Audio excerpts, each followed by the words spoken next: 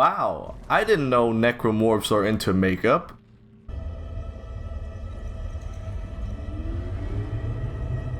Dead Space is an action horror third-person shooter developed by Visceral Games, formerly EA Redwood Shores, and published by EA in 2008. What started out as the third System Shock game quickly transformed after the huge success that is Resident Evil 4. Many gamers, including my tiny self back in the day, thought it's just a big cash grab of a Resident Evil 4 clone, but it made a name for itself, spawning movies, comics, novels, and of course 2 sequels, with the last one being the one that killed the franchise. That's for another day though. This time, let's get spooky and poo-poo those pants. It's Dead Space, one of the most iconic action horror shooters of all time.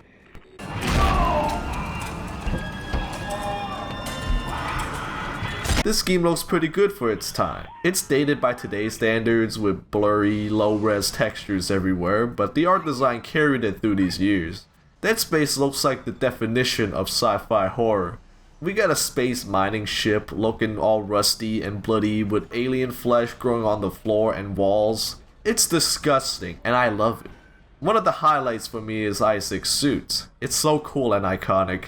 As soon as I see a helmet with lined visors or that spine health bar, I know it's Dead Space. Speaking of that spine, there's no HUD at all. Your health bar is on your back, your inventory, messages, and logs are holograms projected out of your suit, which makes the experience that much more immersive. The necromorph monsters are also wonderfully designed with a lot of variety, from your standard naked dudes and tentacle babies to twitchy men and even more tentacles. Visually speaking, I'm all for it. But on the performance side, it's kinda rough. The in-game VSync locks the frame rate at 30 FPS, so you have to disable it and enable VSync in your GPU control panel instead to get higher frame rates. For some reason, the mouse feels really slow even with max sensitivity, so you need to apply a raw mouse input fix for it to be more usable. Overall, Dead Space is graphically solid with great and memorable designs, with the PC port being ass but playable. In Dead Space, you play as engineer Isaac Clarke on a mission to repair a space mining ship called USG Ishimura, along with some other characters. The ship is filled with hostile alien monsters called necromorphs that you have to exterminate. You'll be killing necromorphs, explore the ship to repair it, and find out what happened to the crew. One of the crew members is Isaac's girlfriend, Nicole, so there's a personal stake in this as well.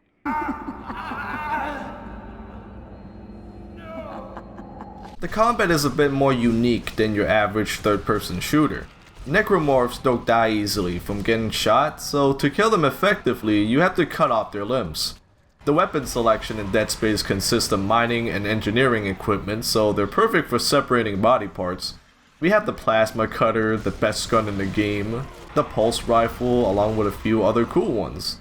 I mainly use the plasma cutter and pulse rifle, so you'll be seeing a lot of those, but the other weapons are viable too.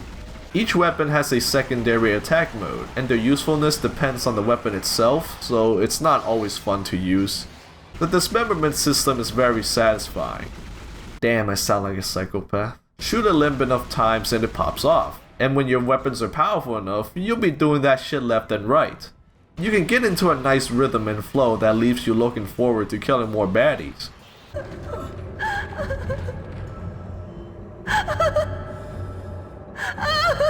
Some enemies can be pretty fast, so you have a stasis ability to slow things down if you can't keep up.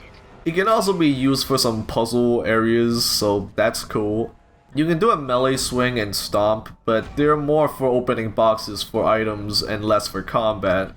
There are also turret sections, tentacle molestation, and zero gravity areas where you can jump everywhere, sometimes with limited oxygen, so the gameplay definitely has some variety. It's not all good, but the shooting, the exploration, and the horror elements are, and that's all that matters. Now for the big question, is Dead Space scary? Yes, the first couple of playthroughs at least. I mean, that goes for all horror games in my opinion, so it's not exactly professional insight. For horror games, if the first time is scary, then I think it has done its job. Everything loses most of its impact after the first time, but for Dead Space, at least it's memorable. I still remember walking down those rusty, bloody hallways and hearing noises and screams coming out of the walls. I still remember necromorphs running towards me 3 at a time and died from the panicking. I still remember the first letter of every chapter spells out. The point is, Dead Space has a lot of memorable moments that you can get from it. It may not be scary after a while, but Dead Space is still Dead Space. So, Dead Space. I'm just gonna pretend that makes sense.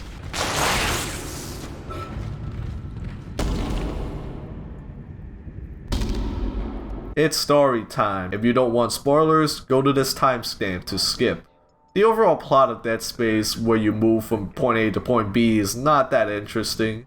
It's mostly just you going around the ship to repair it while horror happens. It's one of those games where the backstory is more interesting than what's going on in the moment. Isaac Clarke is an engineer tasked to repair the USG Ishimura, a big planet mining ship, along with Kendra Daniels and Zach Hammond, the computer specialist and chief security officer respectively on their ship, USG Kellyan. The crew goes in to find nobody, until a monster jumps in and kills most of them, leaving Daniels, Hammond, and Isaac to fend for themselves. Isaac goes around the Ishimura to repair their ship, while Daniels and Hammond instruct them on what to do and where to go. They try to find any surviving crew members of the Ishimura, but no luck. At least anyone who still has any sanity left.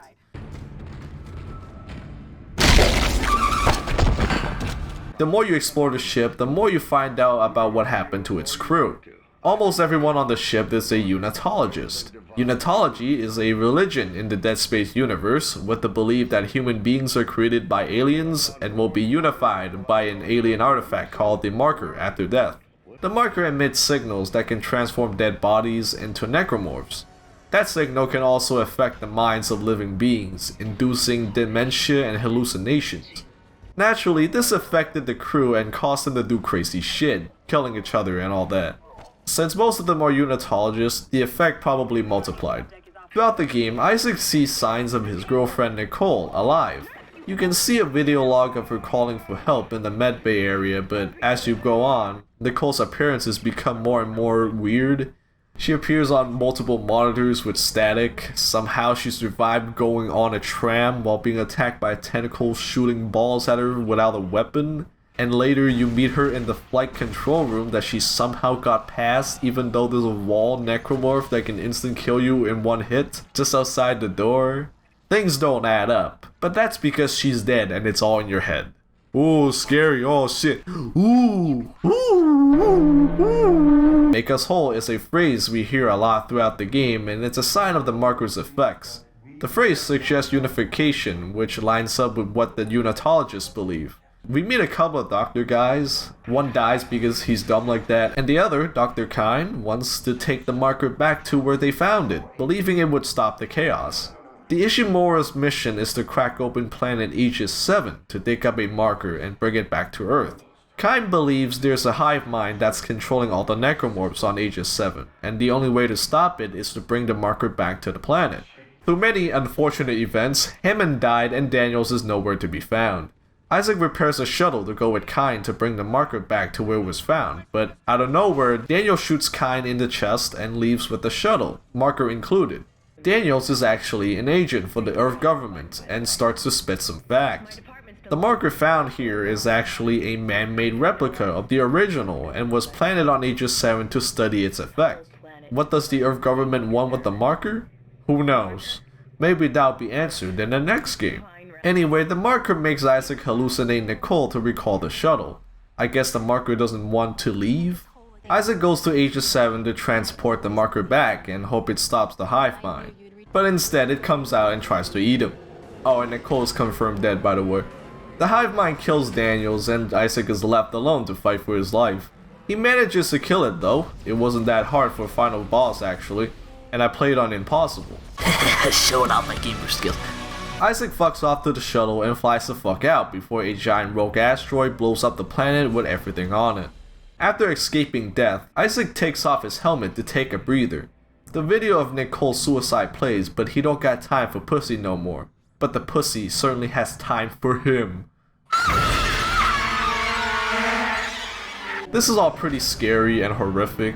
We have an artifact that turns the dead into gross looking monsters with various disgusting forms and gives people dementia and hallucinations.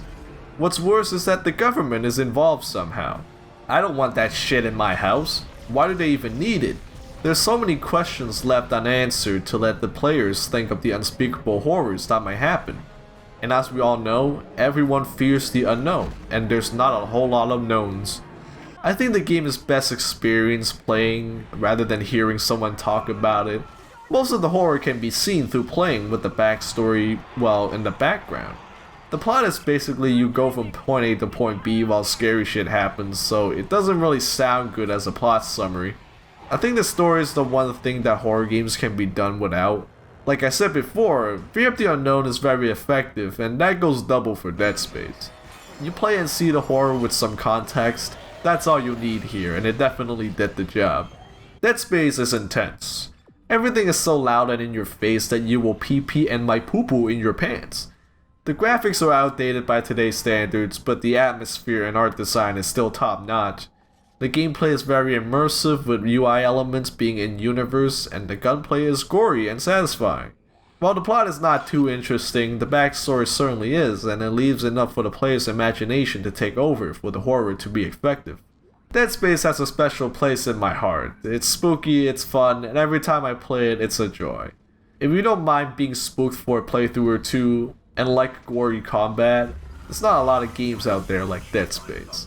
Go buy it, and it's very cheap on sales too, so you won't regret it.